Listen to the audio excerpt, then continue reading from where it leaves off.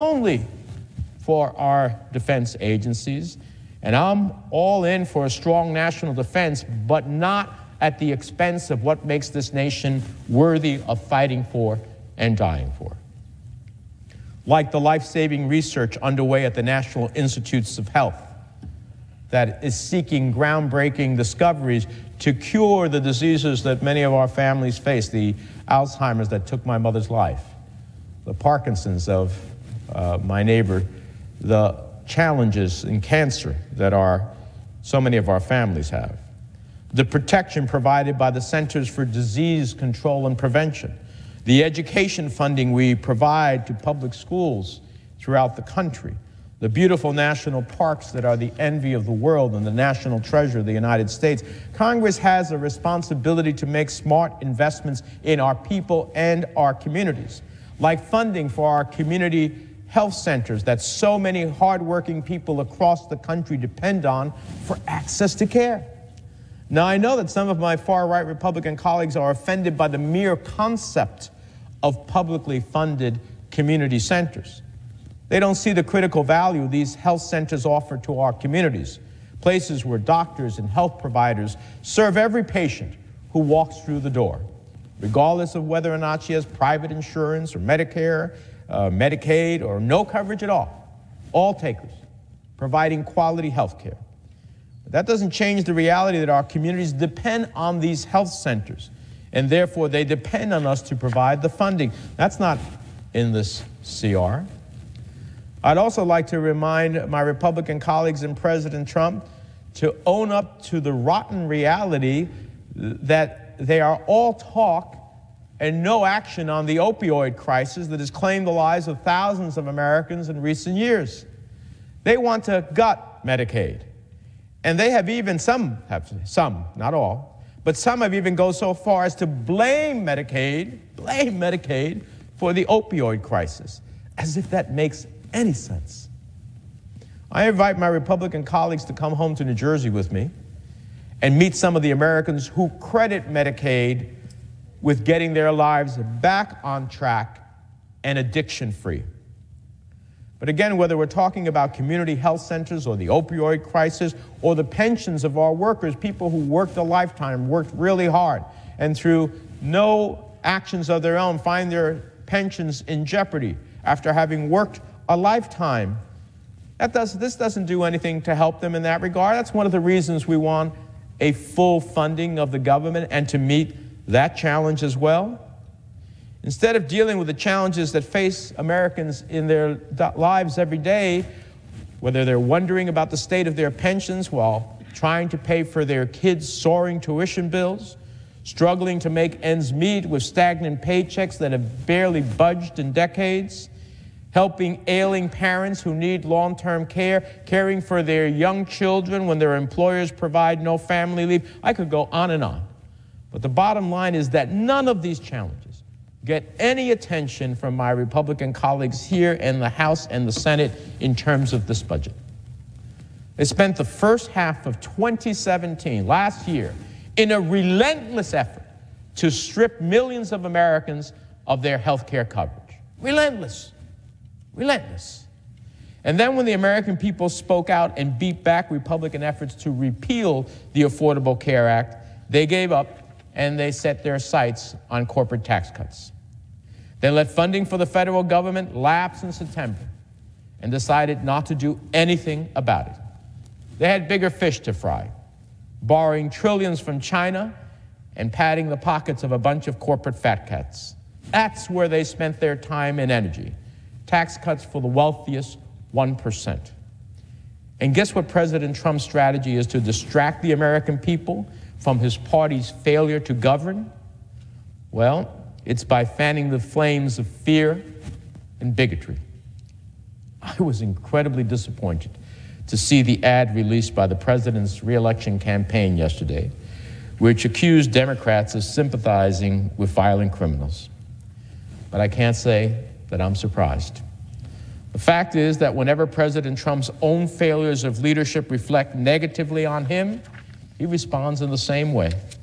More racism, more xenophobia, more white nationalism. Well, I'm not here to politicize the grief that victims of violent crimes and their families have endured. And we shouldn't let ourselves fall into the same traps of fear and division that he seeks to fan. We should be having an honest and bipartisan conversation, instead of that, about how we protect the 800,000 dreamers lawfully living across this nation. Because let's remember who created this crisis. It was President Trump who shut down DACA for no reason other than political retribution. It's up to Congress to fix the problem. But Republicans didn't let us fix it in October or November or December of last year. Well, now it's nearly February. DACA ends on March the 4th.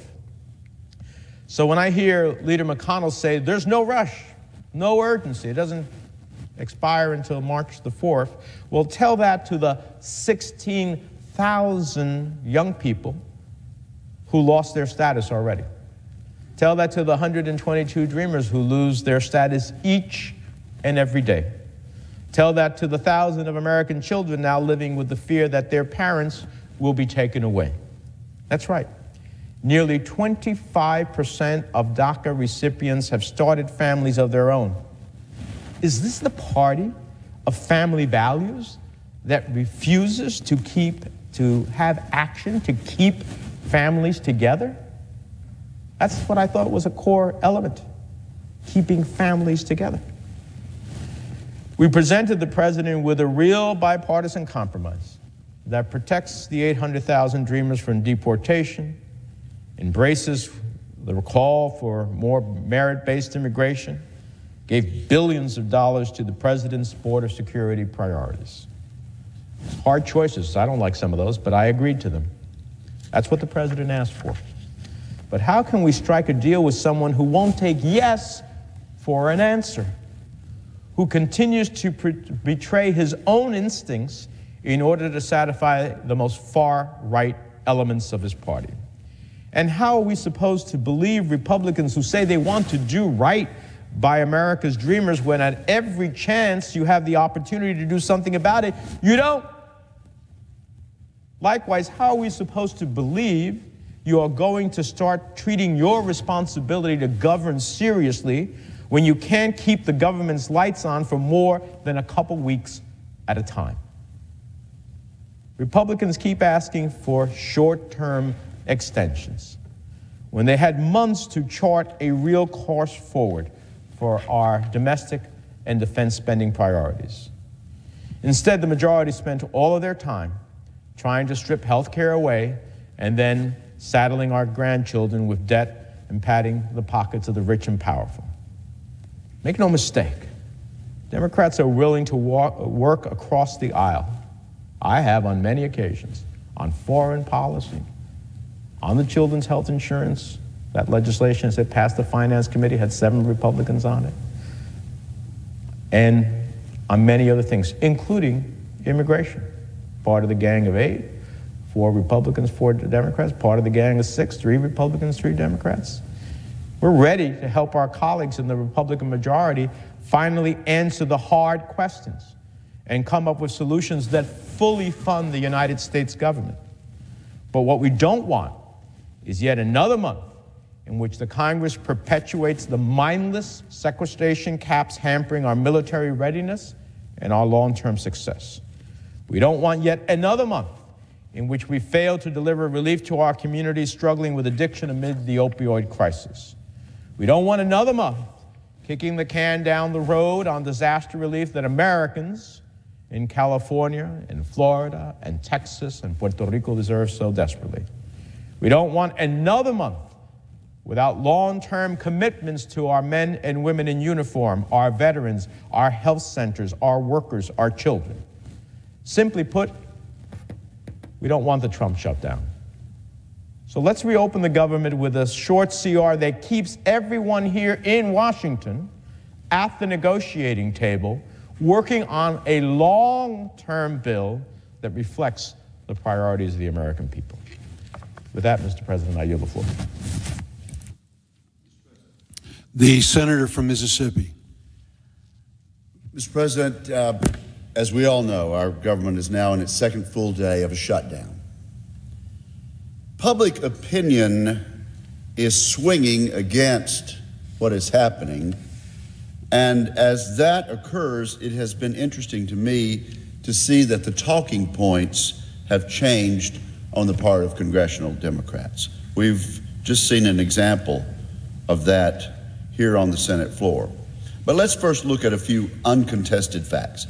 Our government has been operating since September 30 of last year under a series of continuing resolutions, CRs. In other words, Congress has passed a series of temporary funding bills instead of enacting appropriations for the full fiscal year. This is not an ideal practice. There's plenty of blame to go around, but it is generally considered better than allowing a funding lapse and the government to shut down. We've heard about generals and Pentagon officials decrying the practice of continuing resolutions. I can assure you, Mr. President, and I can assure my colleagues that generals and defense officials like government shutdowns far less than temporary spending bills. So let's not say that we're taking the advice of our military leaders in shutting the government down. The last CR was adopted to run until midnight of January 19th, this past Friday night. And that's the date on which our Democratic colleagues decided not to extend temporary funding for the entire federal government for one more month. The specific reason the Democratic leadership gave for not agreeing to another CR was the DACA program, Deferred Action for Childhood Arrivals, a program designed to protect those young immigrants who were brought to America illegally through no fault of their own. President Obama implemented this program through executive order, and President Trump, believing that it was better to handle this issue through legislation, decided to end the program in March of this year. And in ending the DACA executive order, President Trump has called on Congress to formulate a legislative, statutory fix for DACA recipients.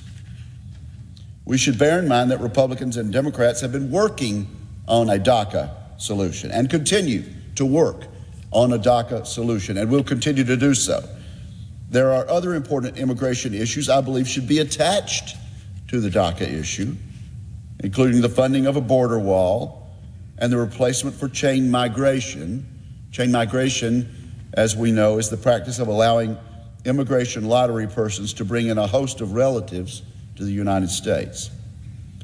The good news in this regard is that negotiators have until March to reach a deal on DACA. It is also a fact, that this government shutdown is happening because an overwhelming majority of Senate Democrats voted no on a cloture motion to bring a new funding bill to a vote. Now, cloture votes take 60 votes. And my Democratic friends can say it until they're blue in the face. The Republicans are in charge of the entire government, that we're in charge of the Senate, in charge of the House and the presidency. But that does not get away from the fact that it takes bipartisan support to end a filibuster. It takes 60 votes. It takes Democrats and Republicans in this Senate to move to cloture on a new funding bill. And it's simply a fact that a majority of Democrats voted no, and that's why we're in a shutdown. Another undisputed fact is that the most recent CR would have run until mid-February, and that the DACA program, this program for childhood arrivals, is not set to expire until March. So how does it make any sense to shut down the government over a program that will last longer than the temporary funding bill? It doesn't. And yet that is exactly what our Democratic friends decided to do, to shut down the government on an immigration issue. Here was a front page of Friday's New York Times, not exactly known as a great friend to the Republican Party. It says, Mr. President, Senate showdown looms as spending bill advances. This is the morning before the evening when our Democratic friends refuse to fund the government. House approves a stopgap measure while Democrats dig in on immigration. It was an immigration issue that caused the Democrats to dig in, according to the New York Times. The Washington Post reports the same. Shutdown looms despite House action, and the subhead said Democrats tied dreamers, another way to say the DACA recipients. Democrats tied dreamers to passage of a budget deal. Again, the headline by not exactly the strongest Republican paper in the country, the Washington Post. So I find it interesting, Mr. President, to hear Democrats now talking about other reasons for their votes to shut down the federal government, reasons unrelated to the immigration issue, which was their real reason. We've seen it on the Senate floor tonight. We saw it yesterday on the Senate floor. A colloquy of distinguished Democratic senators talked extensively about the S-chip program for children's health as having somehow been inadequately treated in the CR they helped to defeat. My colleague from South Dakota pointed out just a few moments ago that, in fact, the continuing resolution provided for a 6-year extension of the S-chip program for these 9 million Americans. And yet somehow that became a reason. It was a reason listed by my good friend from New Jersey just a moment ago. I tuned into House proceedings yesterday and heard Democrats there going on at length about community health centers all of a sudden, and then about flood and hurricane relief. We've heard on the floor tonight that a good reason to vote against the CR was that we just done it too many times. 3 times is okay, 4 times just too many. Of course, they propose yet another 4th CR. It's only a CR that they would prefer to vote for. We hear them talk about tax cuts for the wealthy, National Institutes of Health, opioids.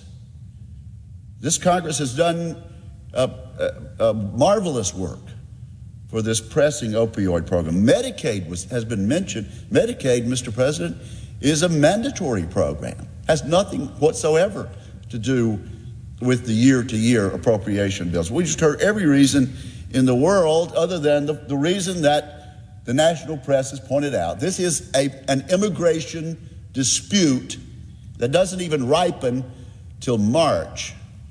And our friends have refused to give us 60 votes to bring that to a close. I wonder why that is. Could it be that our Democratic friends are beginning to realize that shutting down the government over an immigration dispute is not turning out to be a winner for them? It may be that they've read the most recent CNN poll.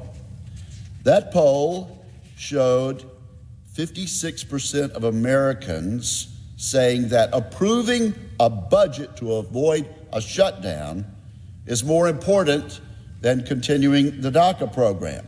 Let me repeat that. 56% of Americans said approve a budget, avoid a shutdown. Only 34% chose DACA over a shutdown. Maybe that poll and other indications of public disapproval have caused those who voted for the shutdown to modify their reasons. I hope it causes 60 of us later on tonight to say yes to a solution that will get the government back open. I say to my Democratic colleagues, it might have been nice or even desirable to include a DACA bill in the most recent CR proposal. But there's still at least a month and a half to resolve that issue. We have time to tend to the DACA issue, and we don't need to shut down the government over that issue. What the people cannot understand is how it makes sense to force a shutdown over an issue that is completely unrelated to the temporary spending bill. My Democratic friends now seem to be searching for a fig leaf of a solution so that they can relent and allow the federal government to reopen and to function.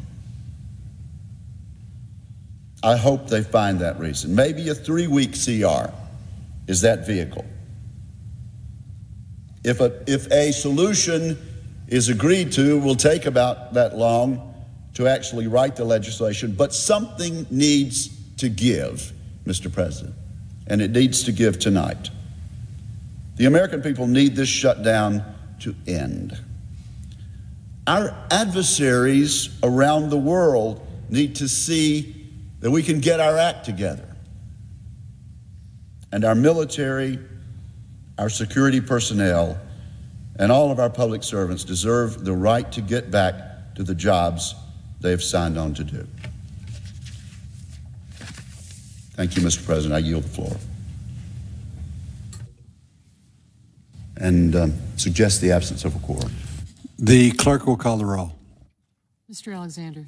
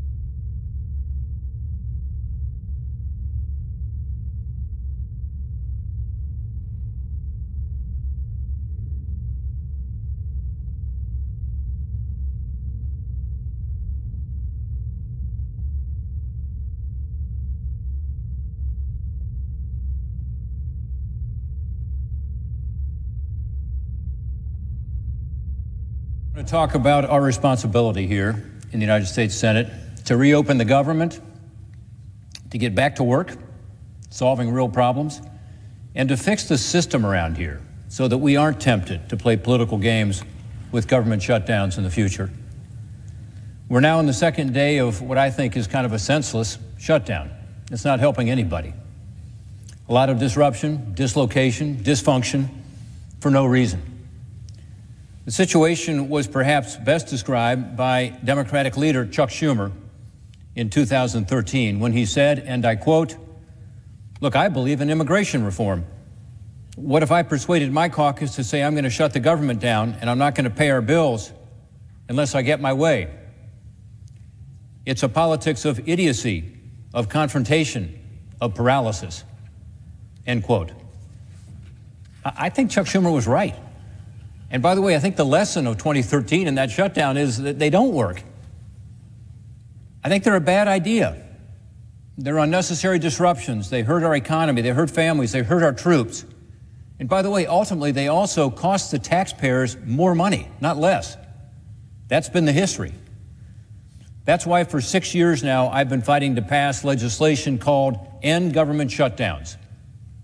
It's a very simple piece of legislation. And by the way, my efforts in that have spanned presidents of both parties and of majorities here in the Senate of both parties. It's not a political issue. We should end government shutdowns. More on that in a minute. But let's take a look at the real-world impact of a shutdown. In my home state of Ohio, nearly 50,000 federal workers are seeing their paychecks halted through no fault of their own. This includes rangers at parks across the state, like Cuyahoga Valley National Park. This includes employees at NASA Glenn, 3,000 of them. It includes thousands of civilian employees at Wright-Patterson Air Force Base. And thousands of other federal employees around the Buckeye State are going to be hurt. Hurt why? Because of partisan politics here in Washington, D.C. By the way, federal contractors, I'm told, are being told they can't go to work and yet they're going to get paid after the fact. How does that help taxpayers? How do we get here? Well, spending goes through Congress. The Constitution says Congress alone has the power of the purse. So every dime that's appropriated of spending has to go through this place. Unfortunately, since the fiscal year ended on September 30th, Democrats and Republicans in Congress have been unable to agree on an overall budget plan that allows us to fund what are 12 annual spending bills. Since then, we have passed 3 of these so-called continuing resolutions. They're also called CRs. They provide short-term funding for the government, basically a continuation of the spending of last year, just to keep the government from shutting down. That's what CRs do. But they don't include any new policies, typically. They don't include the new spending levels for the new fiscal year. But it's just to keep things going and keep government operating. Nobody likes them. I don't like continuing resolutions. Who would? But the alternative is either come to an agreement on these 12 annual spending bills we've talked about, or have the government shut down. That was considered unthinkable over the last 4 months when these continuing resolutions were passed by big bipartisan majorities of both the House and the Senate. By the way, 8 of these 12 annual spending bills that I was talking about, they actually passed out of committee with big bipartisan votes. So 8 of the 12 actually have been passed. They're ready to come to the Senate floor, but they haven't come to the Senate floor because they require 60 votes out of 100 to be brought up. And Democrats, not having a solution to what the overall spending levels will be, have not cooperated to bring those individual spending bills to the floor. That's obviously the best way to do this, is to have these 12 spending bills come to the floor, have the debate, put the best policies in place, have the right level of spending for this fiscal year. That hasn't happened. So you have these short-term continuing resolutions. Now you might ask, well, how can the continuing resolutions pass? Because they don't seem to, be very popular. Well, but they're better than a shutdown. And by the way, they also require 60 votes. But again, it's the one thing we've been able to pass over the past 4 months to avoid shutdowns while we negotiated our differences over the level of spending, over the policies that are going to be in place between now and the rest of the fiscal year. And they've always passed, again, on a broad bipartisan basis. Some Democrats have voted with us to keep our government open in the past because, as the Democratic leader has said, shutting down the government just doesn't make any sense. In order to pass a CR, a continuing resolution, only 39 senators can vote no, because again, you have to get 40. On Friday night, 44 Democrats chose to vote down the latest CR. Even though almost nothing of substance has changed in the continuing resolution since the last continuing resolution that was voted on, again, by big majorities. The only thing that's changed is that there was added a very popular and urgent extension of a health care program called the CHIP program, Children's Health Insurance Program. Absolutely critical that we pass that, because in the next couple of weeks, we're told, some states will begin to run out of money. CHIP expired actually back in September, and it's had short-term fixes since then. In this continuing resolution, same as the last continuing resolutions, basically, nobody really objects to what's in the continuing resolution, but the addition has been this really important program, CHIP, is reauthorized. And by the way, it's reauthorized for its longest authorization ever in the history of the program, a 6-year reauthorization, which I strongly support, and I think my colleagues do, across the board. If we don't deal with CHIP, again, this is urgent enough that some states are actually going to run out of money. So some are choosing to shut down the government, even though they can't point to anything in the short-term continuing resolution that they disagree with, and even though it endangers the health care of children and families around the country. That's where we are. The main reason we've heard from Democrats who oppose an otherwise acceptable continuing resolution is what we just heard here tonight from some of my colleagues on the other side, including colleagues I work with a lot on other issues, and I respect them. But they have said that this is about something else, not the spending bill, but it's about how we deal with DACA and broader immigration reform. I want to resolve DACA too. And I believe most of the members of this body sincerely want to resolve DACA. It was an administrative program that was appropriate to be legislated. The president gave us until March to deal with it. We must and should deal with it.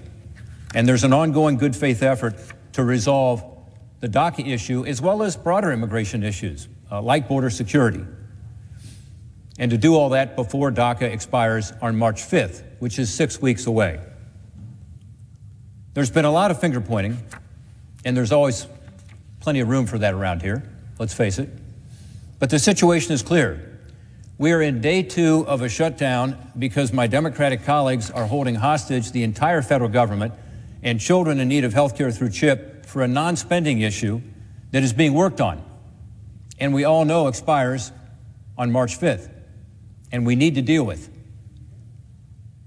Without a spending bill or a continuing resolution to keep the government open short term while we come to an agreement on larger issues, there are a bunch of federal workers who are going to wake up tomorrow morning and find themselves furloughed. Many won't be able to go to work because their offices are closed. Some will, I'm told, have to report to work, but they're not going to get paid, at least until the government reopens. And again, the taxpayer always ends up getting the short end of the stick on this. I just think it's crazy that we're allowing this to happen. It doesn't make any sense. I don't get it. Yes, there are some larger issues we got to come together on and solve in a bipartisan way. But we should agree to a short-term funding deal to just get the government up and running, then move on to solving those problems. Because we're not working on them now, I can tell you, because everybody is distracted by this issue of government shutdown. My understanding is that we're going to vote on a new proposal tonight to reopen the government. It's shorter term. Why? Because a number of Democrats have said that they think that the previous continuing resolution, which was for 4 weeks, was too long. So this one will be just 2.5 weeks till February 8th. That's fine with me. I think that gives us enough time to resolve these issues and yet enough time to actually put the changes into legislation, 2.5 weeks. That'd be pretty fast by congressional time. I understand the new CR proposal will also be coupled with these important CHIP funding proposals, in other words, the long-term extension of the Children's Health Insurance Program, which is important, and a commitment to continue the negotiations to address all the outstanding issues, including DACA, including defense spending, including disaster relief. Let's support it. Let's get this behind us. Let's be sure people don't wake up on Monday morning to find that they're furloughed. And then let's get back to these hard issues that we were hired to resolve. I know it's a lot harder dealing with those substantive issues than dealing with these political issues. It's easy to shut down government. That doesn't take any ingenuity or imagination. That's easy. It's harder to deal with these tough issues, but that's what we've got to do. Shutdowns aren't the answer. The situation tonight is a reminder that we should end government shutdowns for good. And again, that's why I've introduced bipartisan legislation I mentioned earlier called the End Government Shutdowns Act to avoid these types of unnecessary disruptions that are unproductive and unfair to our constituents. The bill would simply continue spending from the previous year for 120 days if any appropriations bill or any CR is not agreed to by the established deadline. And then it would gradually decline that funding by 1%, and then 1%, to give lawmakers the incentive that's needed around here to actually come together on a funding agreement. I think it's sensible. I think it's common sense. It's always been bipartisan in the past. Hope we can get it done. By the way, I first introduced this bill in 2012 with my Democratic colleague, John Tester from Montana, when a Democratic president, President Obama, was in the White House, and Democrats controlled. There would be no last-minute political brinkmanship over issues unrelated to funding our government. Our constituents, including federal employees, would not have their lives disrupted. Taxpayers wouldn't get fleeced by shutdowns and the back pay that happens and the inefficiencies. Our legislation is bipartisan, but frankly, we need a lot more members and the back pay that happens and the inefficiencies. Our legislation is bipartisan, but frankly, we need a lot more members to support it and help us put in place a long-term solution to make sure these shutdowns don't continue to happen. So I urge my colleagues tonight, and any staff that might be watching, please sign up on this legislation. We need your help. It's common sense. It's a time at which I hope we all realize these shutdowns don't make sense, and we have an alternative. The shutdown isn't helping anyone. It isn't helping Americans who need access to vital government services. It isn't helping federal employees who should instead be working, not be furloughed. And it sure isn't helping the 9 million children who are in need of basic health care services under CHIP. There are bipartisan discussions going on right now.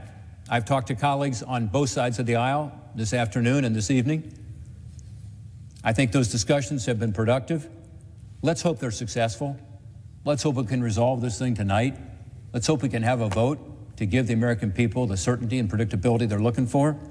Let's reopen government, and let's get back to work. I hope all my colleagues will join me in doing that tonight. I yield back my time.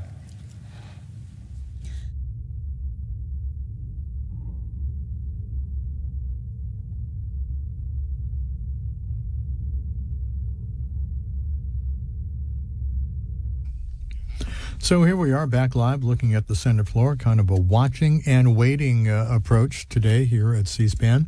You can watch the House and wait and see what they do on C-SPAN, and the Senate here on C-SPAN too. We've got a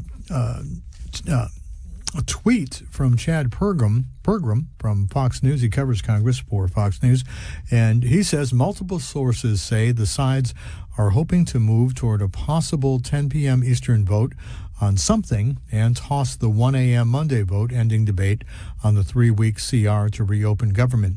Senior Senate GOP source says we should know more in a couple of hours. Quote, everyone is trying to save face. That coming out about 4 o'clock this afternoon from Chad Pergram. And we did hear also on the Senate floor that folks are meeting behind closed doors. So again, we watch and we wait to see what's next. Right now on C-SPAN, if you want to get in on the conversation, we're taking your phone calls. You can feel free to tune in and give us a call, and we'll be doing that throughout the evening and the course of this government shutdown. As we wait for a senator to come back to the floor and deliver remarks, let's show you Senator Mazie Hirono of Hawaii a short while ago.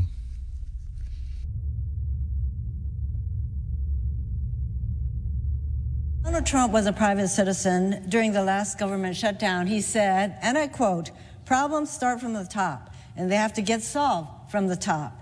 And the president's the leader, and he's got to get everybody in a room, and he's got to lead." That's what Donald Trump said when he was Citizen Trump. He's now the president. Now that he's the president, he has those shoes to wear. He refuses to step into them and step up. The only person who actually said maybe we need a good shutdown is President Trump.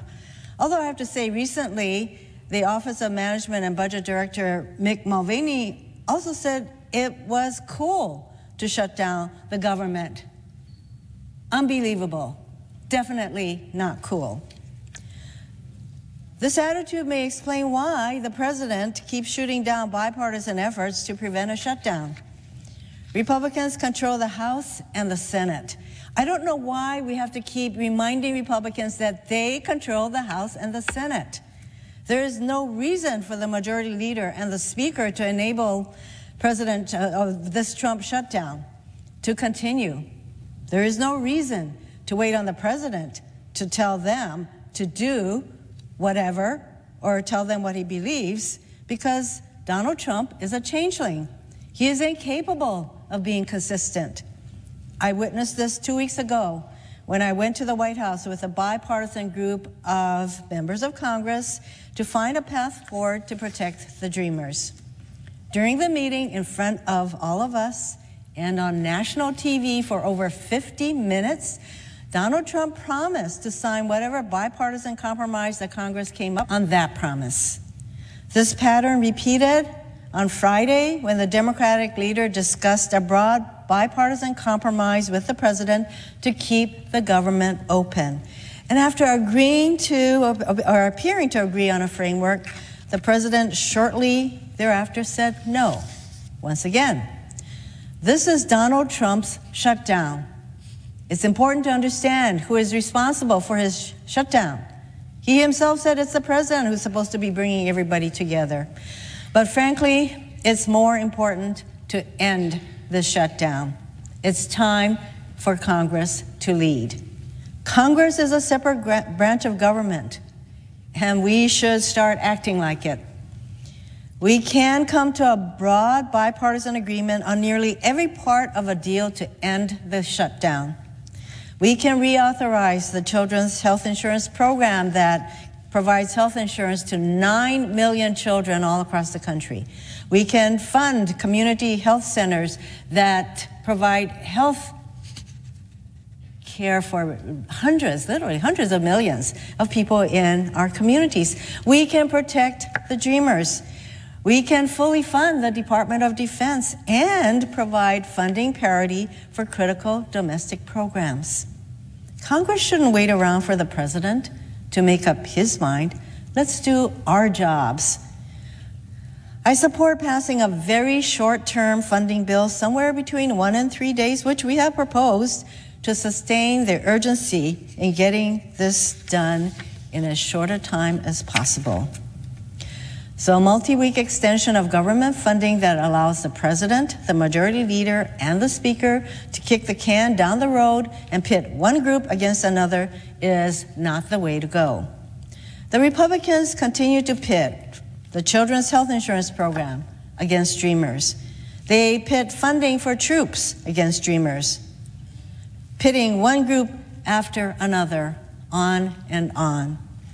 Are the Republicans saying we can only take care of one group or the other?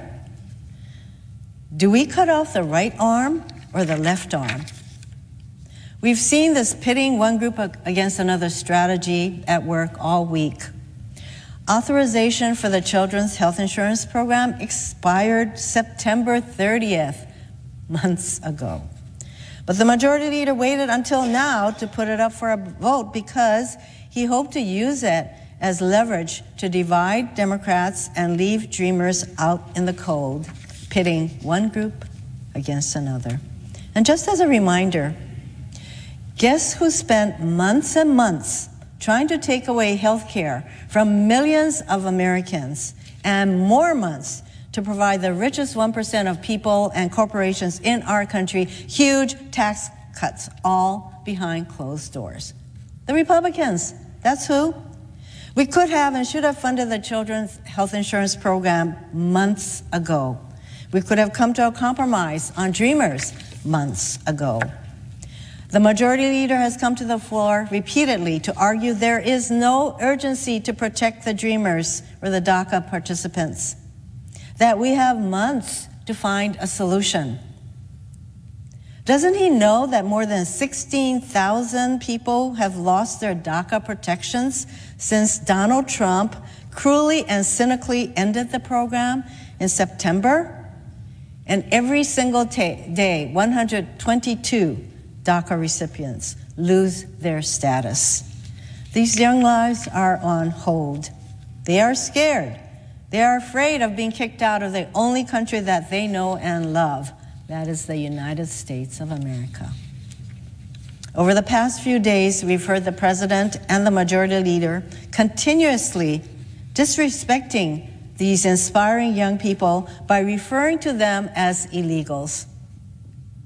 That's how you take away an individual's humanity, by categorizing them as one group or another, as illegals. I've met many of these DACA recipients. They are not illegals. They frankly are legally protected under the DACA program to be in the United States. They want to make a contribution to the only country that they know, America.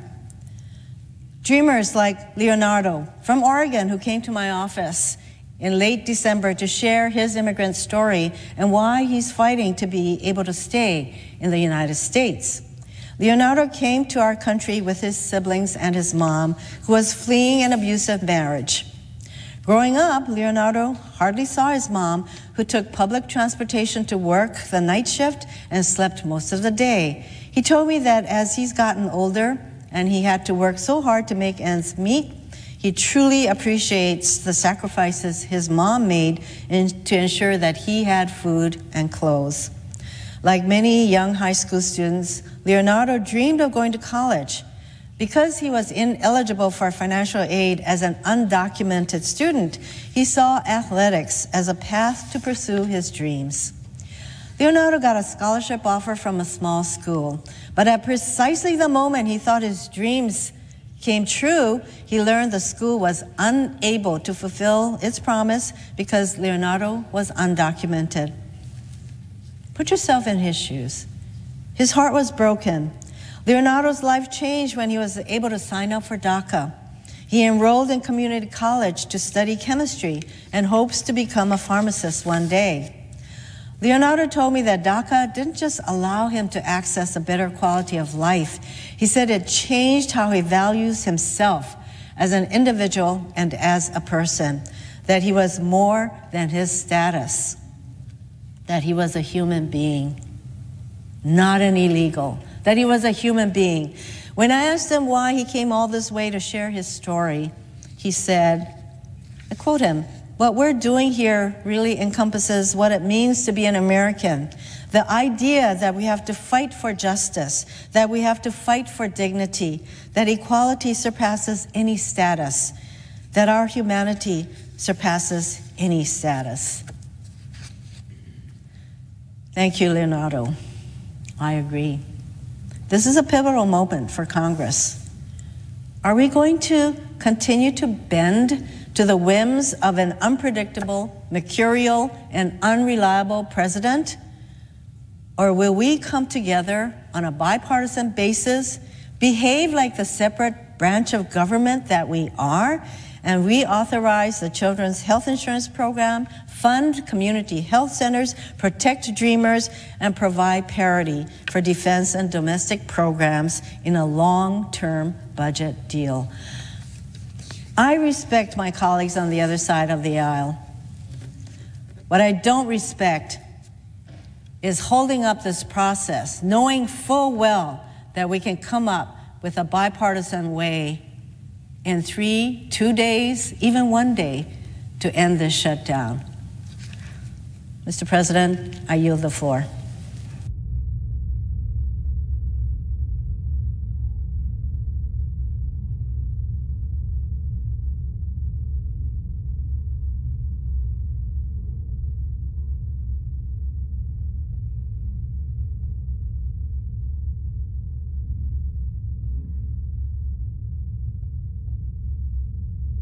Senator from Missouri. Mr. President, one of the unusual things about the moment we find ourselves in is that we're debating on virtually all fronts on topics that 70% of the senators agree on.